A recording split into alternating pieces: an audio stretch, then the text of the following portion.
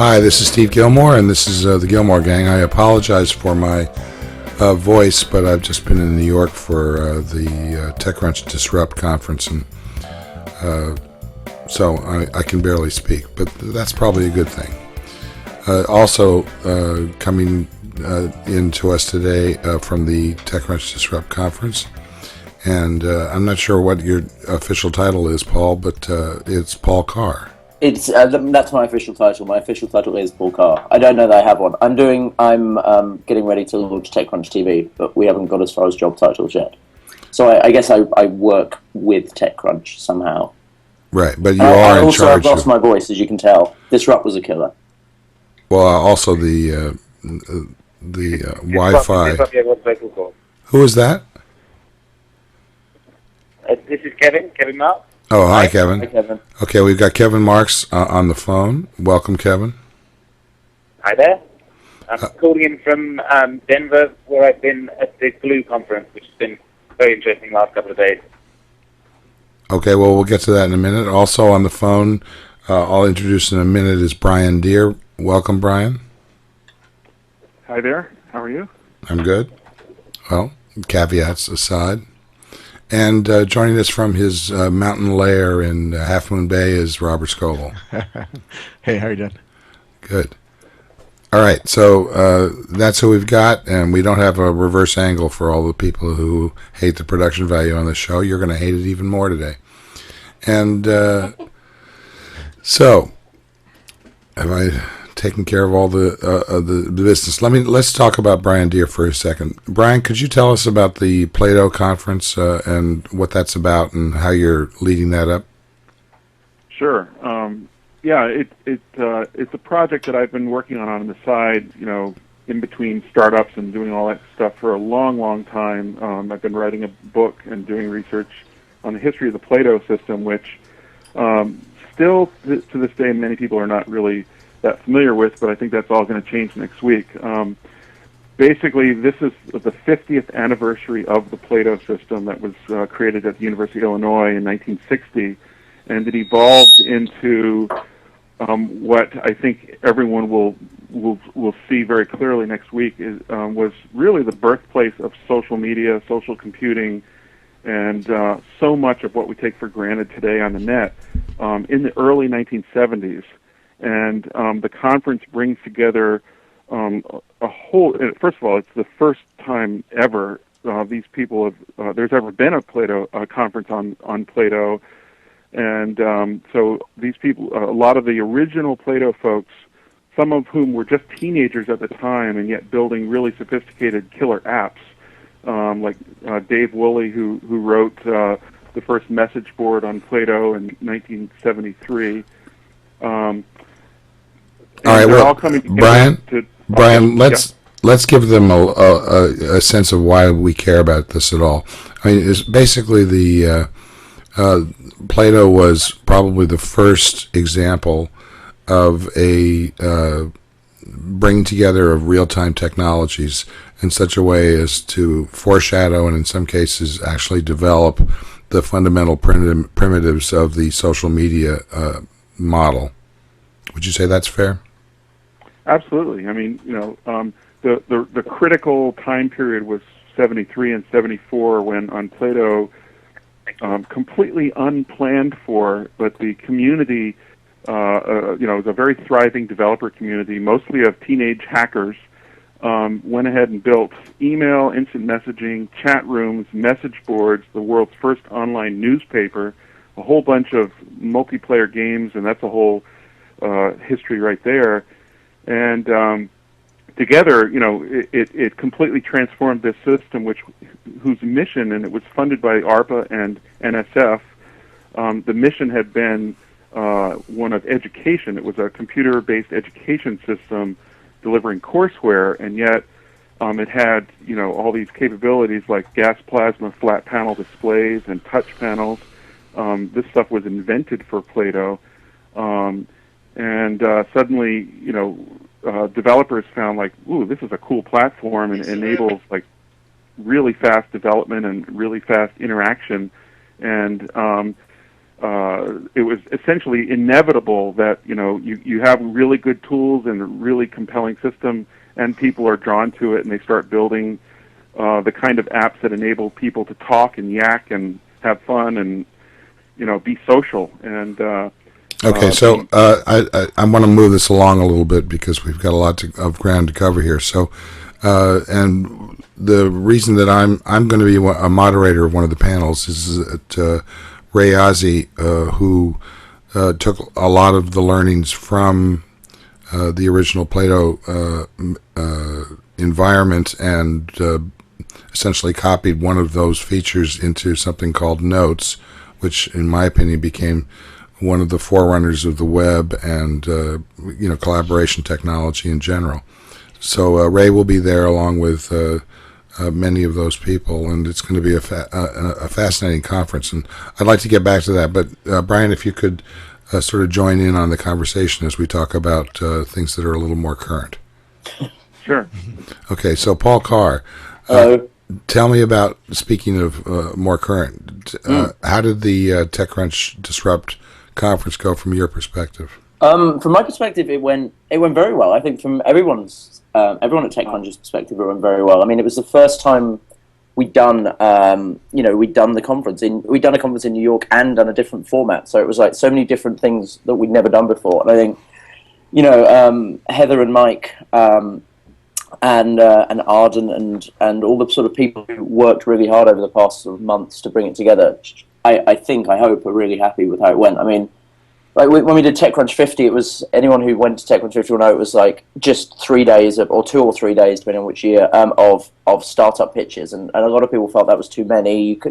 The individual startups didn't get enough chance to like shine, as it were. And so this time it's a different format. It was 3 days still, but only half the days were taken up with the startup pitches, and there were much fewer, half the number of startups, less than half the number of startups, and the rest of the time was really high-level speakers. Obviously, as I think most people know now, we had Carol Bartz, so that was entertaining. But we had Jack Dorsey. And then of course the sort of New York contingent, the Dennis Crowleys and people like that. We had a really good mix, and no one could possibly have known until it started whether it was going to be an epic disaster or really work. And I know it's my job to say this, but I genuinely think it really worked, and I think the sort of Twitter comments and everything else backed that up, and I think the winner was worthy. So yeah, I think it was a great fun, except, as you can tell from my voice, it was a lot of long days, and I think you had the same thing, Steve. So tiring, but wonderful. Well, I was just watching on TV, so that was very tiring. Even that was exhausting.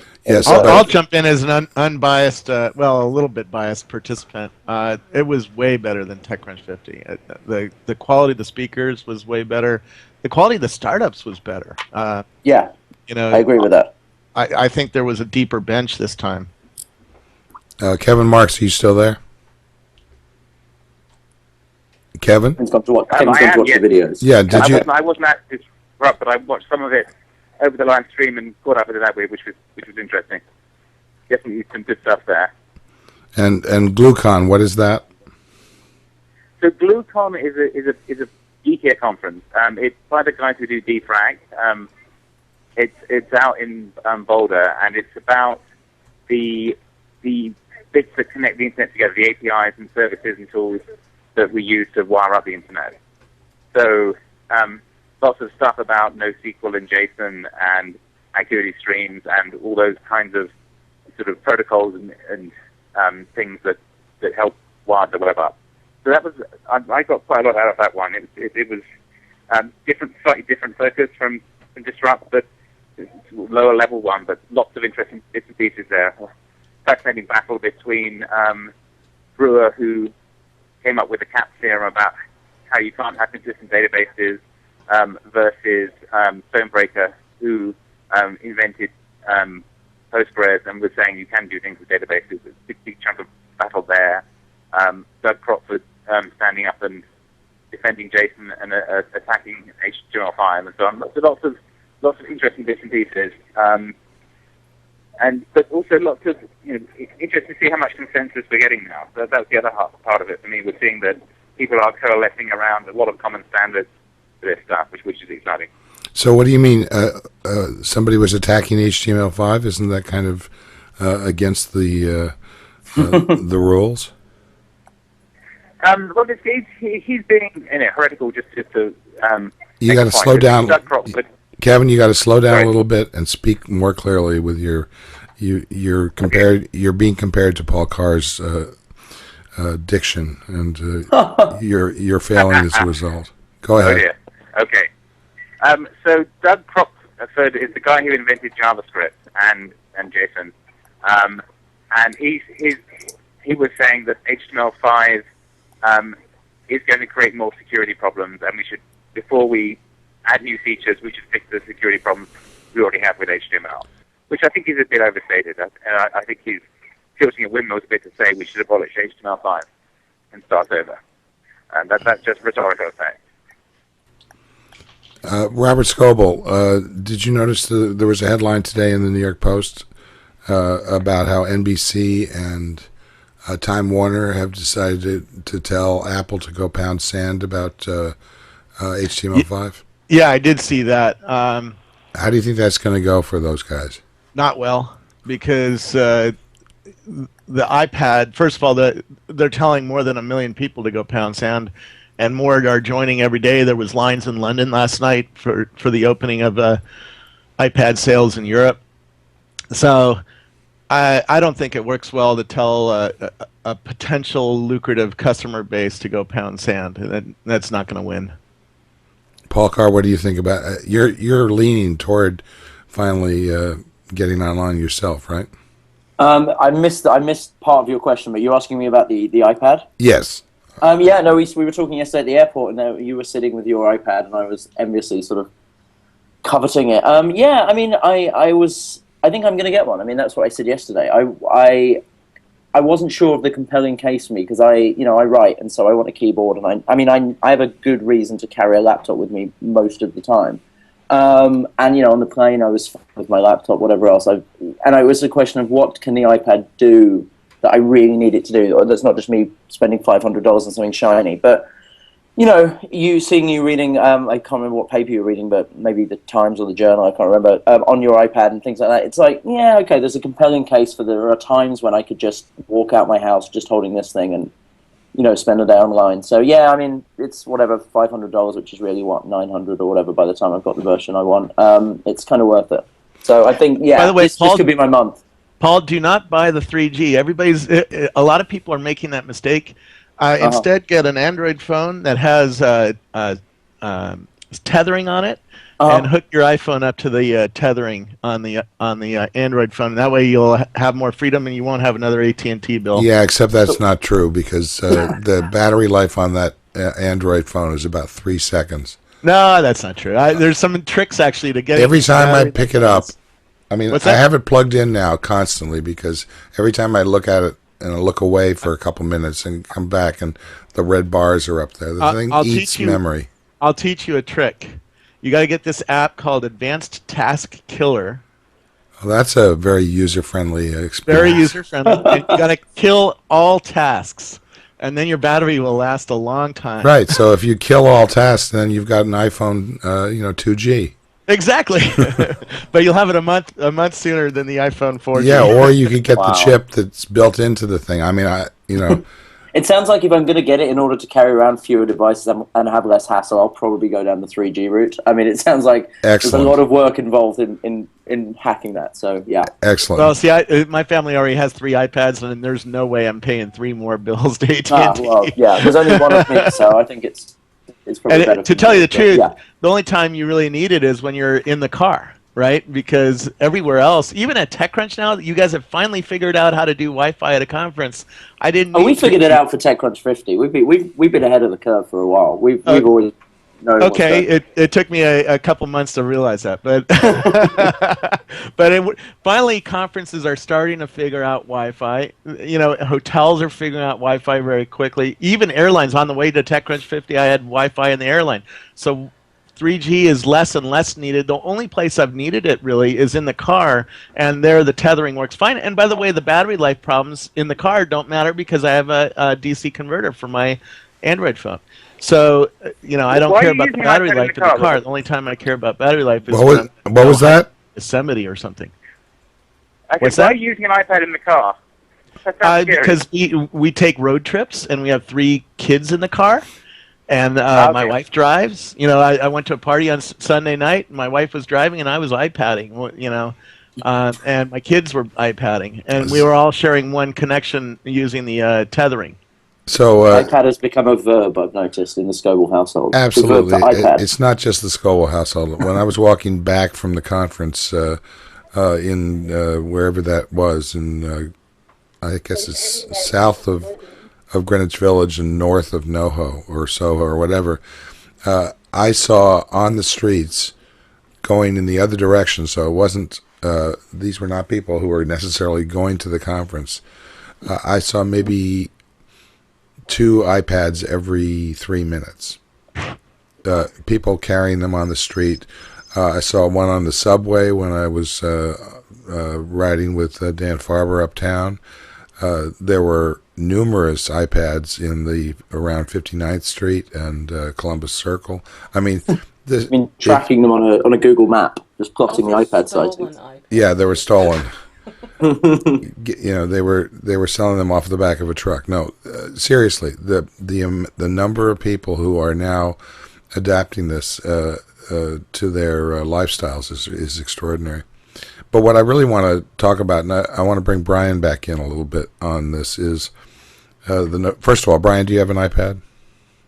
Yeah, I do. And, you know, the one thing that I was really surprised about when I turned it on was the startup screen that says connect to iTunes. That, to me, was the biggest surprise because, you know, the first thing I expected was that this was a standalone machine and it freed you from having to, you know, have an umbilical to a Mac or you know, Windows running iTunes or whatever. And you know, and it seemed like to me that the, you know, first going through a 57-page legal you know, agreement and then just getting upsold on .me.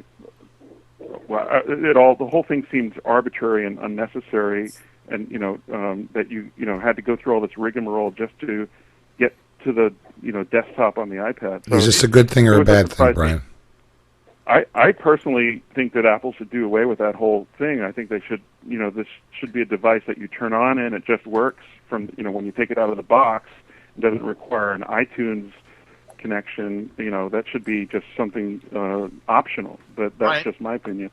Brian, you just nailed what the huge cultural difference is between Google and Apple. When it, you know, when you get the Android tablet when it finally comes out, and I got this device, I just put in my email address and my password, and all of my contacts, all of my calendar, all of my apps, everything, you know, that was part of my life just shows up, and well, I didn't need to tether it in. Yeah, I actually I think that the Android phenomenon is the best thing to happen to the iPad, just because it's competition and it is forcing Apple to realize, you know, that the marketplace is not quite happy with, you know, the Apple only solution, and they're, you know, I think they're doing a much better job on the Android with syncing and all that kind of stuff. It just works, quote unquote, whereas, you know, you always thought that it just works if you have a technician on the Macintosh and then in the Apple. Yeah, world, I mean, Brian, you already saw me demonstrate a task killer to save my battery life. That's the downfall of the Google ecosystem. Yeah, but I agree with Steve on that. That, you know, the negative from the Android, in my opinion, is it's way too geeky. I mean, you know, it's the kind of thing that a sysadmin loves, but I mean, the kind of apps I've seen people show me on their Google phones is just like, you know, yeah, that's really cool to see that level of analytics and real-time analysis and visualization of data and all that, but that doesn't seem like the kind of thing that an average consumer cares about. They want to connect with friends, you know. But it's really interesting studying the two cultures of these companies. I have a friend who owns a startup that's about to sell to either Google or Apple. He has term sheets from both, and he's really studying the cultures of these companies. And he said, go to Google's parking lot and drive around. What do you see? You see mostly eco boxes, you know, Priuses and you know, Toyotas and that kind of car. go to Apple's parking lot and you see a lot of expensive, really nice German and expensive cars, and he said he's been counting the cars, and he says, I don't see nice cars in Google's parking lot. It's run by engineers who love something like a Prius. I love a Prius, but it's a little geeky and it's utilitarian. It's not very flashy. Google did pay you $5K to buy a Prius, so that did rather bias the parking lot a bit. That will bias the parking lot, but it also it shows sort of the bias of the whole company. It's like, let's be utilitarian and not so flashy, and it explains their UIs. I mean, that's their UI. Gmail is not very flashy. It's very utilitarian, very Spartan, very, very, and it works, right?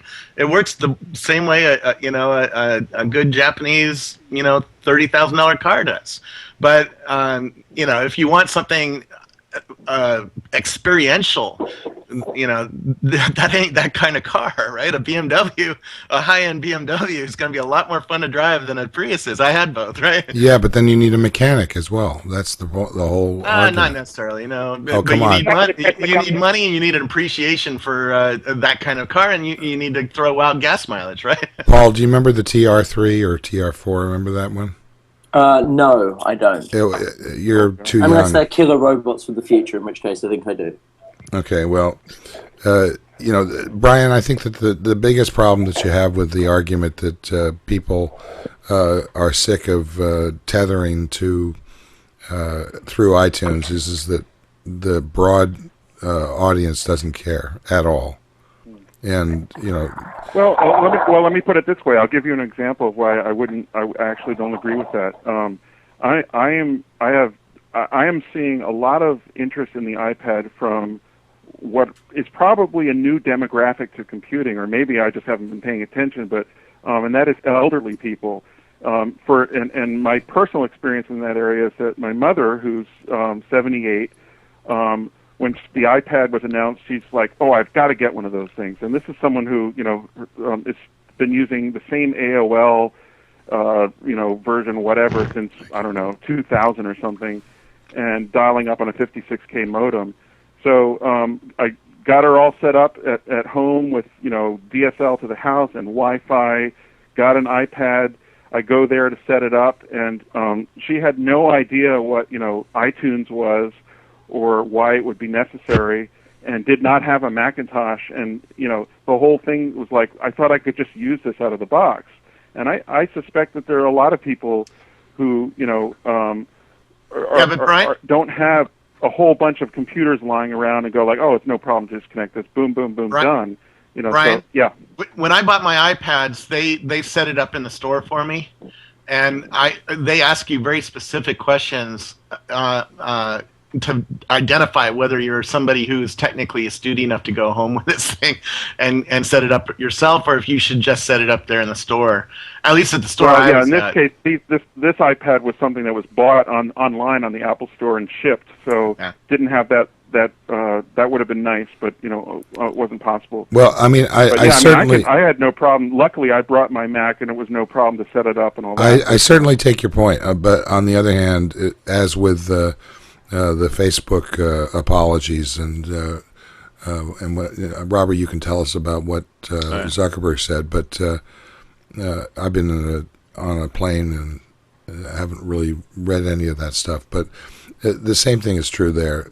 The number of people who are adversely affected by this privacy exploit and by the complexity of iTunes is a rounding number. It just has nothing to do with the incredible impact of these two technologies. So, Robert, why don't you tell us a little bit about what's the latest that was exactly rewrite? what Facebook reported, that they saw no difference in usage before F8 versus after F8 in terms of they said they didn't notice anybody changing their behavior, that their growth numbers have continued to go straight up. Anyways, this week they came out and announced a new privacy page, a simpler way to set up privacy, and they added on a few extra privacy features so that you could turn off pretty much everything and keep yourself completely private now on Facebook. What does that mean? In other words, use email, basically? Pretty much. I mean, if somebody knows who you are, they can add you. Zuckerberg started out the press conference explaining why he wants you to be a little public with your social graph and your profile page. And he said, Well, he'd like to rule the world, basically. Right? Part of the utility of Facebook is to be able to find people, and he's right. If you go to Facebook and search on Bill Gates, there's something like 11 different Bill Gateses, including some who use the same picture as the Microsoft Bill Gates. And so, how do you pick out the real Bill Gates? Well, if you can have access to his friend graph, to his social network, his friends, you can see who the real Bill Gates is without even knowing it's Bill Gates, because you can see, the kinds of friends he has. And the fake Bill Gateses don't have, Paul Allen as a friend, right? And also, so if you're looking for your high school friends or your elementary school friends or your coworkers, you need to be able to search for Rackspace, or you need to be able to search for, other kinds of things to try to find your friends. Your school, maybe the clubs you're in. Your employer, you need to be able to search for some things, and that means you needed to make some things public so that you can search for things like that. And that was his point, that's why we are pushing a little bit of the profile information into public. But he took that all back. He said, well, you know what, people are yelling and screaming about this, so we're letting you turn that off if you want. And then he said the real thing that they learned was that the privacy settings inside Facebook have gotten way too complex. I think the New York Times had a great article about how many choices you have to make to set up your privacy. And he showed off the new page that makes it quite a bit simpler, although Danny Sullivan says it's still not simple enough. But I think, I looked at it, I went through all the settings, and it seemed simple to me, and it seemed simple to my wife. So, and I don't see a lot of crying and gnashing of teeth anymore. So I think they've solved the privacy issue, at least the issues that were coming up. There still is a deeper trust issue with the company, and that's going to take a while for that to solve. But this company needs to become a more mature, more open, more transparent company if they want us to trust them with our business data, with our lives. So you mean the fact that 500 million people are using the service means that they need to have some more trust? The way the 500 million people are using Facebook today are like my wife. They're using it to share baby photos and personal stuff, exactly. People playing Zynga, that kind of stuff. Facebook has ambitions to be much different than that.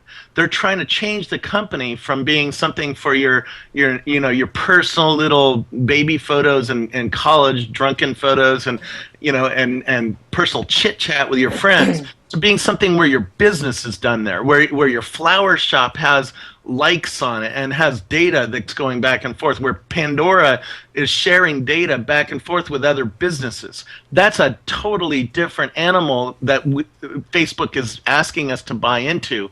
And people are like, do I really want to trust them with my business data? I don't know. And can I just jump in and say something here? Even if, like the idea that, people are still using it, so therefore maybe the privacy thing is a red herring, is in itself a red herring. The fact that people are using it, the fact that millions, it doesn't seem to be affecting user behavior or usage numbers, all this sort of privacy conversation, doesn't mean it's not a real issue. I mean, the fact is, people are still using the banking system, people still get on airplanes, but they still need to be, we still need to be confident that behind the scenes they're, being run in ethical and sort of careful ways. The fact that, people are kind of dumb. People don't really know what Facebook does with their data. People are just sort of blindly trusting, so that's why it's the duty of journalists and people like us, commentators and whatever else, to be like on this, like razor sharp on this. Otherwise, we end up sleepwalking into this horrible world, and then suddenly at some point, it's going to be too far to. Well, Steve, Steve, one way to bring Brian Deere back into this is to bring Plato, because Plato taught us all these lessons back in the 1970s. And in fact, Plato even ties in the iPad because it had a touch screen in the 1970s that looked like very similar to the iPad. Nice job, Robert. So what do you think, Brian? Well, it's probably a bit of a stretch, and if there are any Apple people listening, they might roll their eyes at, but at the notion that iPad is related to Plato. But yes, there was a touch panel on the Plato screens, but understand that it was it was a 16 by 16 grid, so basically it was intended for literally touching to select something, but you couldn't do anything like multi-touch or dragging. Those are inventions that are present day era kind of They stuff. were stolen from more recent companies. Right, but in terms of the privacy stuff, there are lots of interesting parallels back in that era. One of the things that was a huge controversy when the first instant messaging capability came out, which was term talk. The controversy was, should we tell you who's calling, or should we remember, this is the era of AT&T and Ma Bell, and they were the total monopoly in the United States of telephones. And the way the phone worked, there was no caller ID. So when the phone rang, you had to say hello, and the other person had to identify who they were. And when they designed Turn Talk, the issue was, gosh, should we have the same kind of, should we model this after the telephone, where there's no caller ID? And big thrash and argument about that, and they finally decided to actually reveal the caller's identity. So the system basically said, so-and-so wants to talk with you. So you would have the choice of accepting the call or not. So in a way, it's kind of perhaps the first instance of caller ID.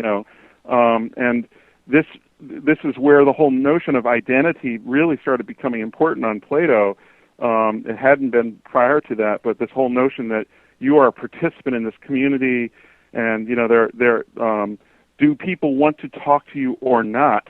Was a novel concept in the early 1970s. Nowadays, we just take it for granted. You look at your phone now, I don't want to talk to them, that kind of thing. But it was a very heated issue and had a lot of debate back then. Okay, Robert, you got that analogy. Where do you want to go with it? Well, I just think it's interesting that we have these fights over and over about these things, and that we don't look back in history and learn a little bit about why we keep having these fights. Does Zuckerberg even know what Plato is? I didn't. To be honest, I grew up in Silicon Valley, and I didn't know what Plato was until Brian Deere talked to me about it. Well, the funny thing about Mark is that it would be 11. Term Talk and all these social media capabilities came out in 1973 on Plato. Zuckerberg wouldn't be born for another 11 years, so he's from a newer generation, and I think you're seeing that in the Facebook culture. I mean, Robert, you've been talking about this whole notion where I think the Facebook culture seems to be, we are used to rapid change, and in fact a rate of change which is even faster than I'm used to, and I've been in the biz for many years, and I'm used to having to do new stuff. But I think what Facebook is trying to do is think about how do we change users' behavior, and it's almost like every day you get in the car and your instrument panel and your dashboard has changed, and maybe today it's a square steering wheel, and tomorrow it's a circular steering wheel. Everything keeps changing, and the Facebook culture is like, hey, that's cool. Whereas, the question is, can 500 million people, whom I'm guessing 99% are not techies, keep up with that? And I think that what I'm hearing is everyone's basically saying you're gonna keep up with it, whether you like it or not. This is the new now, Well, I mean, but so it's very different. But even Zuckerberg, when I asked him, I said one way we become trusting of companies is to have roadmaps and have some predictability of where he's going. And he turned to me and he goes, I don't even know where Facebook's going tomorrow. How can I give you a roadmap? Because this world, he had agreed with you that this world is changing so fast, and he needs to change his company to keep up with the times. And to Paul's point, if we have a responsibility, and companies have a responsibility to try and organize what their thinking is, and what good does it do to keep changing your company's official pronouncement about something? Don't we need some stability in these ideas? I mean, I think that Zuckerberg's original comments were right on the money, which is we are in a much more public-facing environment now. Twitter has changed the way people view how they, impel their personalities out on the broader network. We are more public-facing as people, and it's more and more tied to the way that we earn a living and to what our responsibilities are in the community, et cetera, et cetera.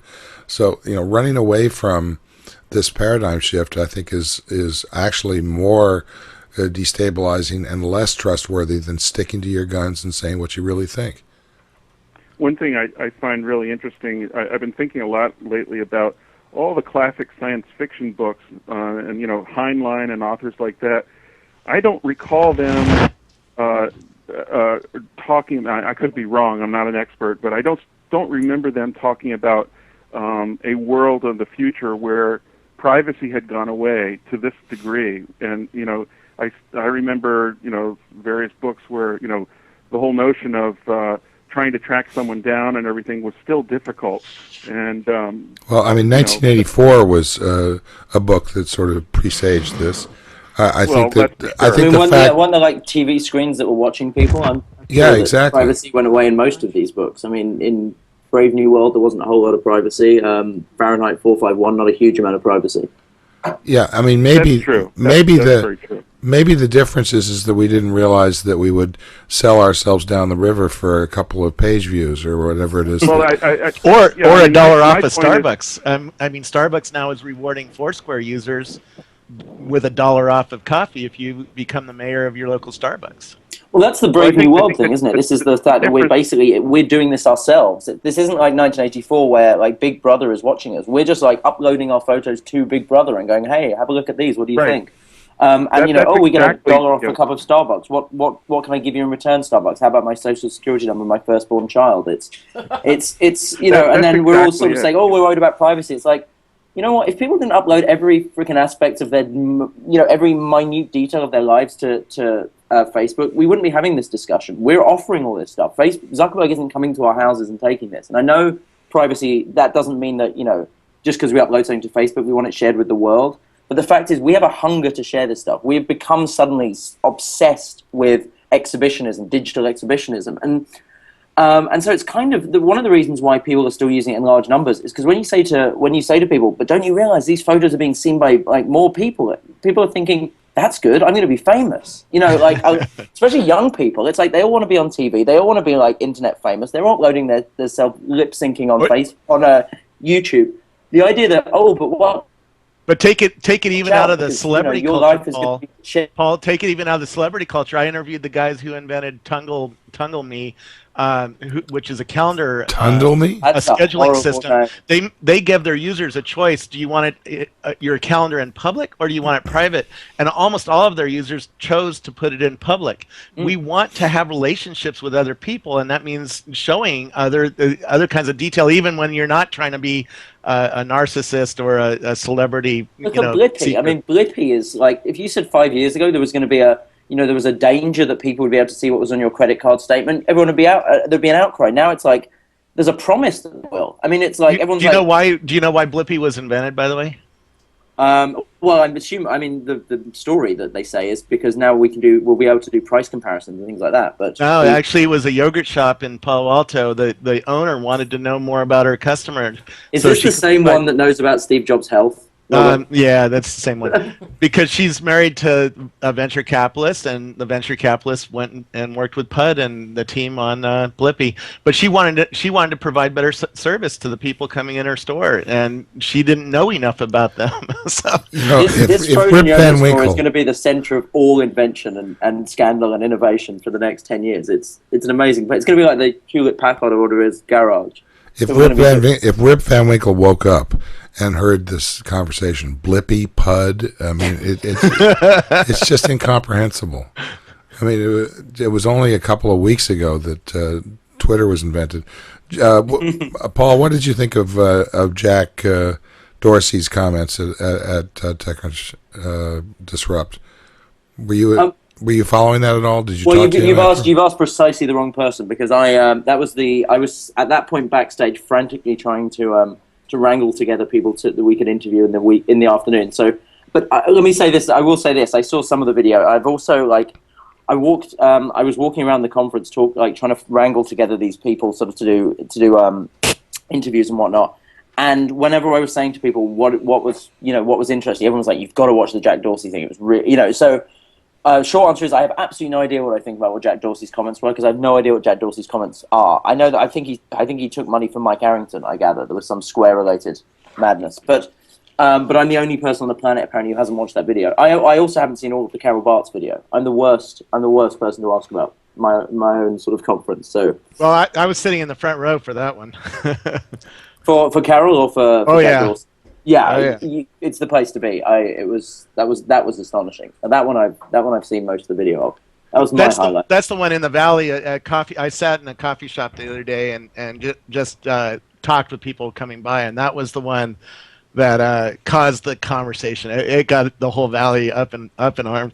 In fact, she's getting so much shit. And I don't know if you saw that New York Times piece a couple of days ago, where a good half of it was dedicated to saying, CEOs can't act like this. She has to be controlled. You can't just tell somebody to Right, and that was a post on the New York Times blog written by 3 people, none of which were identified as complaining about this. And you know what? To me, it was a real win for Carol Bartz. It was really nice to see. I mean, and yeah, of course. And the fact is, the idea that she needs to be controlled. She clearly planned what she was going to say. This wasn't her spontaneously telling Mike, to F off. This was her thinking this would be funny. And you know what? It was funny. It became the meme of the conference. It showed that she was human. It was fun. And anyone who's saying anything other than wasn't that fun. I mean, you can criticize she didn't say a lot. That's one thing. But to criticize, she's a foul-mouthed CEO, fucking great, I met the guy who runs Yahoo News in the coffee shop, and I said, "How the fuck are you?" And we all had a laugh. There was the guy at the end, the guy during the award ceremony, who and I forget who it was. It's annoying, but the video's around somewhere where he basically, he was sort of swearing every other word, which was, it became the thing that people were talking about, But now, so what she did was tear out a lot of what I thought about Yahoo, or at least got rid of that Yahoo's boring and not doing anything. But now she has a short window to stick in my head something new about Yahoo. And she didn't answer the question very well of what is Yahoo. And until I don't think anyone knows. That's why. Well, she has to have a clear answer for that. And if she does have a clear answer, got there. I mean, she's probably figuring it out like everybody else. I mean, you don't know what Yahoo is, and you've been watching Yahoo, I bet, a lot longer than she has. Yeah. Well, she's a distinct improvement over complete and utter chaos and collapse, but that doesn't necessarily mean that she's going to be successful. I also talked with some people who were executives at Yahoo, and they think that she's really good. One, because she's an outsider and she can come in and clean up the culture there. They said the bureaucracy there and the culture and the way people work with each other there is just totally broken and needs to be cleaned out and fixed. And she's somebody who can go in there and figure out who is actually doing something good and let them do it. They also like her because she doesn't approach the world as an engineer or as a geek, and they think she will find the value in Yahoo and be able to articulate that, but she needs some time to dig around all the places in Yahoo and put the structures in place that'll make a new Yahoo. Yeah, but so it'll be interesting to see if she comes back to Tech. Well, it'll be interesting to see if she comes back in a year at TechCrunch Disrupt, and if she has a good story to tell, like this is the new Yahoo and this is why we should care. But I mean, isn't Facebook the new Yahoo? Ooh. Well, not really, because Yahoo to me is still a content company in a way. I mean, if you look at, you can look at it as competitive. I mean, Yahoo has Flickr and it has news and stuff like that, and that's sort of that sort of overlaps with Facebook, but I don't think that they have the same DNA or the same level of things that they're doing. If Facebook doesn't have a finance site, right? Facebook doesn't have really a good email system yet. Will they have one in a year? Paul Bashite works at Facebook. He invented Gmail. So. What did you say, Paul? Facebook is competition in the sense that if it's consuming everyone's attention away from sites like Yahoo, then yeah, it's a competitor to Yahoo. But I agree with Robert that I use Facebook for the content, for news, finance, stocks. The Yahoo groups. I mean, you can still have a much better discussion, I think, in some of the groups than on Facebook, which is much more quick one-liners and wall posts and stuff like that. It's a different kind of thing. But attention-wise, Facebook is commanding. It is the 8 million pound gorilla now, and so it's competition to everybody. I think the whole industry is about attention, and even at the individual level, like you were saying before, everyone is kind of narcissistic now. But Paul, I'm going to call you back. We can't hear you. And Kevin, could you weigh in here? You're joining us now from video. And Steve, I've got to run because I have a new interview here. So. Okay. Thanks, Robert. I'll see you again next time. Thanks. Kevin, can you hear us? Yes, I can hear it. You're giving intermittent connection, so you may have holes in what I'm saying. I'd go along. I'm not sure what there is to make of Yahoo. They do have a lot of smart people there, and they do have some good stuff. But partly what they have is a lot of people who aren't like us, who never change the defaults in their browser, and who use Yahoo because they've used it in the past. I think they have been working well to adopt new stuff recently and to try to integrate stuff better. And we've seen that where they've integrated other social networks like Facebook and MySpace into there too. But it's going to take them a while to sort of work through that. And as you say, they may not have enough time to do that. I still... Yahoo isn't something I use apart from Flickr, but I'm not sure that I'm that typical. Paul, can you send video, please? Oh, yeah. Sorry. How's that? That's better. Oh, excellent. Yeah, I was so... I obviously missed some of that, but I think if Yahoo see Facebook as their biggest competitor, then Yahoo is dead. Because Facebook's going to win. Okay, so Yahoo have Flickr, and maybe Flickr will be fine. But in terms of Yahoo as a big company, they're screwed if they try to compete with Facebook and trying to be a social network. Yahoo, a lot of the things we just mentioned, that everyone just mentioned, then is content. I mean, Facebook doesn't make its own content. Facebook isn't. We use the phrase news feed, but it's not really a news feed. I mean, that's not news in the sense that it's always been understood, or at least for hundreds of years. So. Yahoo has got a good and well-trafficked news product. Yahoo has obviously got good video stuff. They've got good finance and sports. Their sports video is great. I think whether it's the right strategy for them or not, I don't know, but I think we're going to see a lot more original content coming out of Yahoo. I mean, we can see by their acquisitions that that's clearly their plan. And I think if they've got any chance of surviving, then it's that. It's taking the traffic they've got, all this sort of default browser people, and becoming their sort of news, the news network and the sort of content network of choice for them, and leave the social networking to people who are far better at it. Okay, Brian, I'm going to start to wrap this one up. I did want to say that some of the origins of Plato, one of the reasons that it was so significant is that it brought together use cases of engineers and people in the educational community, and gave them tools with which they could build on top of the platform that they had invented. And as a result, things accelerated far more quickly than was expected at the time. And I think that that kind of viral explosion of what some people call mashups and others call user development is the hallmark of what Paul's talking about in terms of Facebook's power. This is we don't know if Zuckerberg doesn't know what's going on. He does know that he knows the direction that this is going with, and from being 26 years old, some kid who's suddenly being feared as the inventor of the like button. I think we're at a very early stage of what these social tools are capable of. Brian, you want to just comment on that, and then we'll. Yeah, I just remember, what was it, 2007, when apps came out on Facebook, and suddenly there was this explosion of that stuff. I remember when that happened vividly, because it occurred to me, like, this is the closest thing I've seen to Plato in a long time. One of the things that you may remember, on Facebook in the 2007 era, practically, every few hours when you signed on, you'd be more news about another really cool app. The same thing has happened, with the iPhone, with the App Store and everything. This was the kind of thing that happened on Plato back in the 70s. Every time you sign on, there'd be news like somebody has come out with this incredible new game that, was in stealth mode for a long time. There was no money associated with any of this back then. So the whole VC startup notion and obsession didn't exist. People were doing this just for the sheer love of it. And in fact, there was no even notion of really patenting software or anything like that.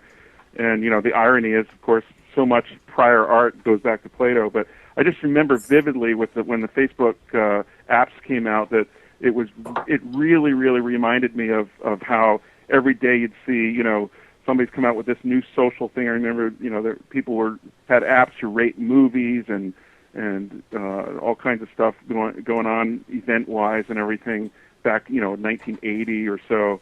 And but yeah, in a way, the other thing you mentioned was engineers and educators. One thing that was really notable about Plato, and I don't know of anything else prior to Plato. I haven't seen any evidence of anything prior to Plato on such a scale where, so much of these killer apps that came out on Plato in the early 70s were not done by engineers. They were by, biologists and physicists or very non-technical people who this was the first time you had access to a machine to do really cool stuff. And, Dave Woolley, who wrote Plato Notes, which was the precursor to Lotus Notes, he did that when he was 17 and had no computer science background whatsoever, and in fact no real programming background because there wasn't anything to program on. And he just went and did it in the tutor language on Plato. And this was exactly the kind of thing. It was like, you'd see this years later with the web where, like, just go view source, and it's like, oh, HTML, that's cool. And suddenly everybody's building websites, and I think that's been kind of the pattern ever since, even with open source, is that, oh, I can do this too. And that's one of the things that caused all this to happen. Yeah, and I agree with everything you said, although I think some people make the mistake of thinking that the application space on the iPhone and the iPad is somehow less open and less capable of discovering things that nobody had thought of before. I think that if anything, it's equally opportunistic in terms of where we're going. And I've seen, now in my new job working with Salesforce and the Chatter environment, these technologies, which may have emerged out of some sort of personal desire to be famous for 15 seconds, that the reality is that these technologies are moving into the enterprise space very rapidly and are going to have a tremendous impact on the way we do business and everything else. So Paul, you want to just wrap it up from your perspective? Yeah, I mean, I only insofar as I agree with everything you just said, particularly that thing about the people underestimating how open the app environment is. Yeah, I agree with just about every word you said. Okay, and Kevin, I don't know whether we're going to be able to get your comments, but give it a shot. I'm not sure if you can pick me up or not. I think I wanted to respond to Cliff's reminiscing about HyperCard. The reason HyperCard is dead is because Apple decided to kill it. The code's still there. They just decided not to ship it anymore. And that's the danger of building on something that belongs to one company. Brad Fitzpatrick said this week that the difference between a protocol and an API is a protocol is a citizen, but an API is a slave. because it belongs to one company, and that company can kill it or accidentally die and leave it starving. Yeah, but So, I don't agree with that. I think that that's a view of an individual API. That's a view of an individual API as being, a world unto itself. If you look at if you just go up 50,000 feet and take a look at that, the whole organism is composed of all these APIs. And if one API drops away, the animal doesn't die. It keeps going. So, that's true as well, HyperCard yeah. was inspirational for me.